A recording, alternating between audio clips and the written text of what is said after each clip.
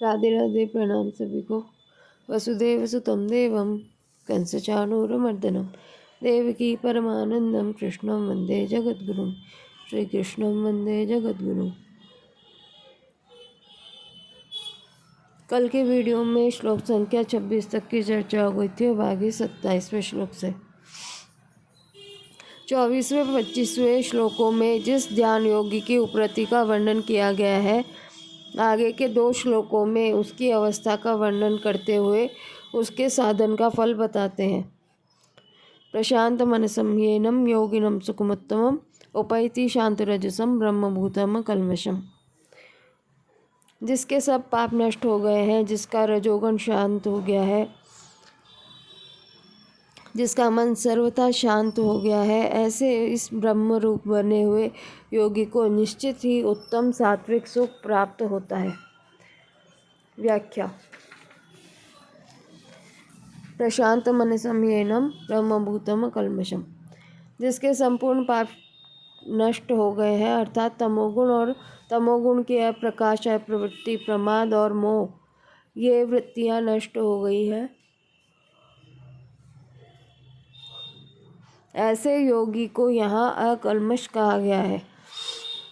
जिसका रजोगुण और रजोगुण की लोभ प्रवृत्ति, नए नए कर्मों में लगना, अशांति और स्पृहा, ये वृत्तियां शांत हो गई है, ऐसे योगी को यहाँ शांत रजस कहा गया है। तमोगुण, रजोगुण तथा इनकी वृत्तियां शांत होने से जिसका मन स्वाभाविक शांत हो गया है, अर्थात जिसकी मात्र प्राकृत पदार्थों से तथा संकल्प विकल्पों से भी उपरति हो गई है, ऐसे स्वाभाविक शांत मन वाले योगी को यहाँ प्रशांत मनसम कहा गया है। प्रशांत कहने का तात्पर्य है कि ध्यान योगी को जब तक मन को अपना मानता है तब तक मन अभ्यास से शांत हो सकता है, पर प्रशांत अर्थात सर्वथा शांत नहीं हो सकता। परंतु जब ध्यान योगी मन से भी उपराम हो जाता है, अर्थात मन को भी अपना नहीं मानता, मन से भी संबंध विच्छेद कर लेता है, तब मन में राग द्वेष न होने से उसके मन स्वाभाविक ही शांत हो जाता है। 25वें श्लोक में जिसकी उपरामता का वर्णन किया गया है, वही उपराम होने से पाप रहित, शांत, रजोगुण वाला और प्रशांत मन वाला हुआ है। अतः उस योगी के लिए यहाँ एनम पद आया है। ऐसे ब्रह्म स्वरूप ध्यान योगी को स्वाभाविक ही उत्तम सुख अर्थात सात्विक सुख प्राप्त होता है। पहले 23वें श्लोक के उत्तरार्ध में जिस योग का निश्चय पूर्वक अभ्यास करने की आज्ञा दी गई थी, स निश्चयेन योक्तव्य, उस योग का अभ्यास करने वाले योगी को किंचित मात्र भी संदेह नहीं है। इस निसंदिग्धता को बताने के लिए यहाँ ही पद का प्रयोग हुआ है।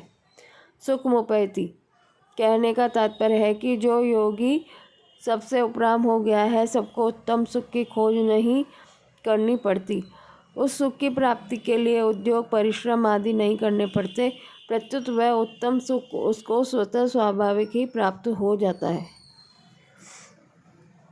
युञ्जन्नेवं सदात्मानं योगी विगतकल्मष सुखेन ब्रह्म संस्पर्शम अत्यंतम सुखमश्नुते।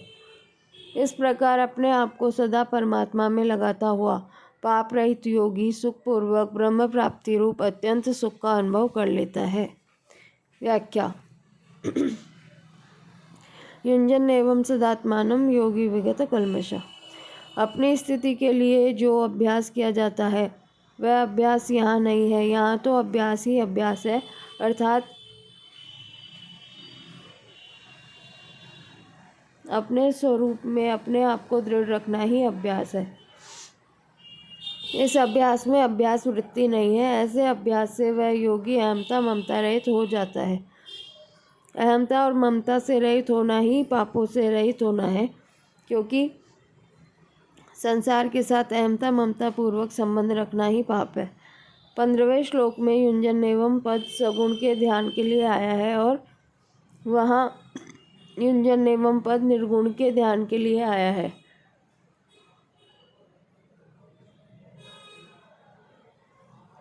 ऐसे ही 15वें श्लोक में नियत मान से आया है। और यहाँ विगत कल्मश आया है, क्योंकि वहाँ परमात्मा में मन लगाने की मुख्यता है और यहाँ जड़ता का त्याग करने की मुख्यता है। वहाँ तो परमात्मा का चिंतन करते करते मन सगुण परमात्मा में तल्लीन हो गया, तो संग्रह स्वतः ही छूट गया। और यहाँ अहमता ममता रूप कलमश से अर्थात संसार से सर्वथा संबंध विच्छेद करके अपने ध्येय परमात्मा में स्थित हो गया। इस प्रकार दोनों का तात्पर्य एक ही हुआ, अर्थात वहाँ परमात्मा में लगने से संसार छूट गया और यहाँ संसार को छोड़कर परमात्मा में स्थित हो गया। सुखेन ब्रह्म संस्पर्शम अत्यंतम सुखमश्नुते। उसकी ब्रह्म के साथ जो अभिन्नता होती है उसमें मैंपन का संस्कार भी नहीं रहता, सत्ता भी नहीं रहती। यही सुखपूर्वक ब्रह्म का संस्पर्श करना है।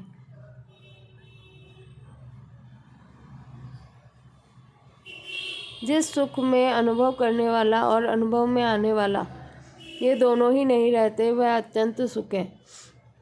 इस सुख को योगी प्राप्त कर लेता है। यह अत्यंत सुख, अक्षय सुख और आत्यंतिक सुख ये एक ही परमात्मा तत्व के आनंद के वाचक है। 18वें से 23वें श्लोक तक स्वरूप का ध्यान करने वाले जिस सांख्य योगी का वर्णन हुआ है उसके अनुभव का वर्णन आगे के श्लोक में करते हैं। सर्वभूतस्थमात्मानं सर्वभूतानि चात्मनि इक्षते योग युक्तात्मा सर्वत्र समदर्शना।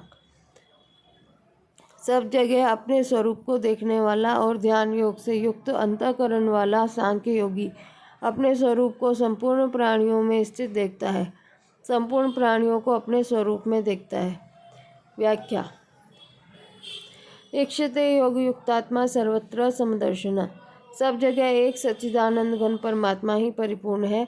जैसे मनुष्य खांड से बने हुए अनेक तरह के खिलौनों के नाम, रूप, आकृति आदि भिन्न भिन्न होने पर भी उनमें समान रूप से एक खांड को लोहे से बने हुए अनेक तरह के अस्त्र शस्त्रों में, एक लोहे को मिट्टी से बने हुए अनेक तरह के बर्तनों में, एक मिट्टी को और सोने से बने हुए आभूषणों में एक सोने को ही देखता है, ऐसे ही ध्यान योगी तरह तरह की वस्तु, व्यक्ति आदि में समरूप से एक अपने स्वरूप को ही देखता है। योग युक्त आत्मा। इसका तात्पर्य है कि ध्यान योग का अभ्यास करते करते उस योगी का अंतःकरण अपने स्वरूप में तल्लीन हो गया है।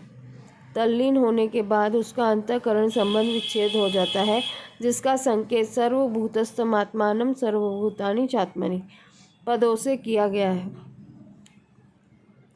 सर्वभूतस्थमात्मानं वह संपूर्ण प्राणियों में अपनी आत्मा को, अपने स्वरूप को स्थित देखता है। जैसे साधारण प्राणी सारे शरीर में अपने आप को देखता है, अर्थात शरीर के सभी अवयवों में, अंशों में मैं को ही पूर्ण रूप से देखता है, ऐसे ही समदर्शी पुरुष सब प्राणियों में अपने स्वरूप को ही स्थित देखता है। किसी को नींद में स्वप्न आए तो वह स्वप्न में स्थावर जंगम प्राणी पदार्थ देखता है, पर नींद खुलने पर वह स्वप्न की सृष्टि नहीं दिखती। अतः स्वप्न में स्थावर जंगम आदि सब कुछ स्वयं ही बना है। जागृत अवस्था में किसी जड़ या चेतन प्राणी पदार्थ की याद आती है तो वह मन से दिखने लग जाता है और याद हटते ही सब दृश्य अदृश्य हो जाता है। अतः याद में सब कुछ अपना मन ही बना है। ऐसे ही ध्यान योगी संपूर्ण प्राणियों में अपने स्वरूप को स्थित देखता है। स्थित देखने का तात्पर्य है कि संपूर्ण प्राणियों में सत्ता रूप से अपना ही स्वरूप है। स्वरूप के सिवाय दूसरी कोई सत्ता ही नहीं है, क्योंकि संसार एक क्षण भी एक रूप नहीं रहता, प्रत्युत प्रतिक्षण बदलता ही रहता है। संसार के किसी रूप को एक बार देखने पर अगर दोबारा उसको कोई देखना चाहे तो देख ही नहीं सकता, क्योंकि वह पहला रूप बदल गया। ऐसे परिवर्तनशील वस्तु, व्यक्ति आदि में योगी सत्ता रूप से अपरिवर्तनशील अपने स्वरूप को ही देखता है। सर्वभूतानि चात्मनि वह संपूर्ण प्राणियों को अपने अंतर्गत देखता है, अर्थात अपने सर्वगत असीम सच्चिदानंद घन स्वरूप में ही सभी प्राणियों को तथा सारे संसार को देखता है। जैसे एक प्रकाश के अंतर्गत लाल, पीला, काला, नीला आदि जितने रंग दिखते हैं वे सभी प्रकाश से ही बने हुए हैं और प्रकाश में ही दिखते हैं।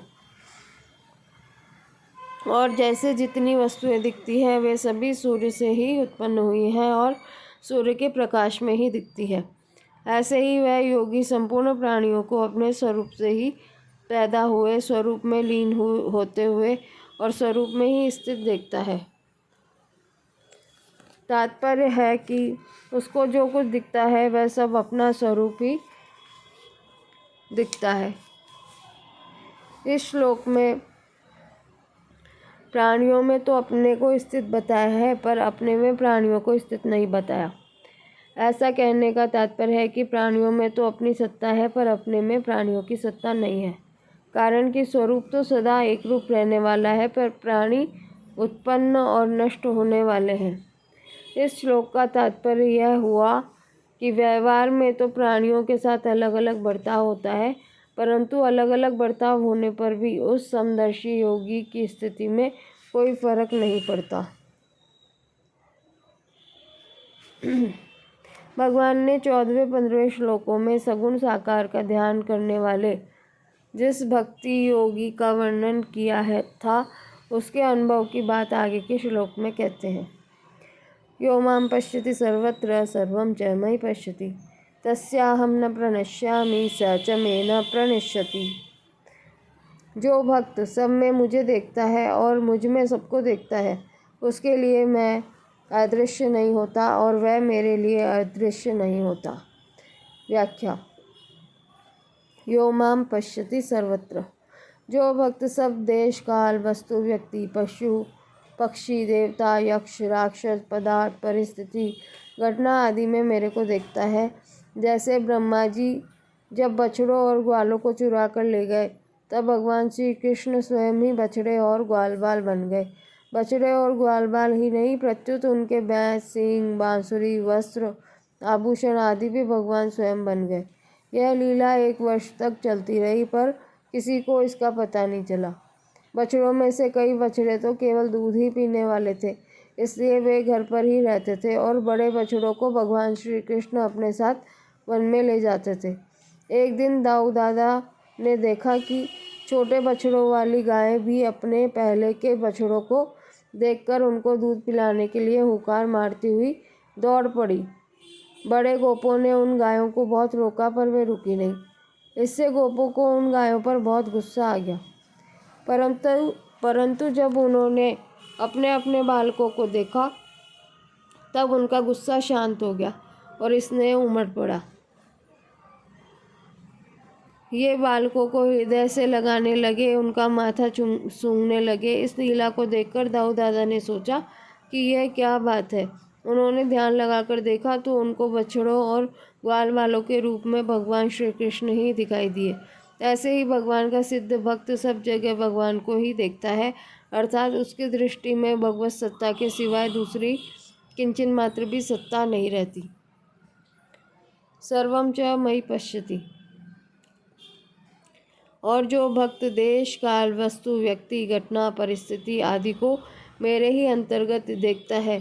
जैसे गीता का उपदेश देते समय अर्जुन के द्वारा प्रार्थना करने पर भगवान अपना विश्व रूप दिखाते हुए कहते हैं कि चराचर सारे संसार को मेरे एक अंश में स्थित देख। एकस्तम जगत कृष्णम पश्चाद सचराचरम मम देहे। तो अर्जुन भी कहते हैं कि मैं आपके शरीर में संपूर्ण प्राणियों को देख रहा हूँ। पश्यामि देवांस तव देव देहे सर्वांस तथा भूत विशेष संगान। संजय ने भी कहा है कि अर्जुन ने भगवान के शरीर में सारे संसार को देखा। तत्रैकस्तम जगत कृष्णम प्रविभक्तम अनेकधा। तात्पर्य है कि अर्जुन ने भगवान के शरीर में सब कुछ भगवत स्वरूप ही देखा।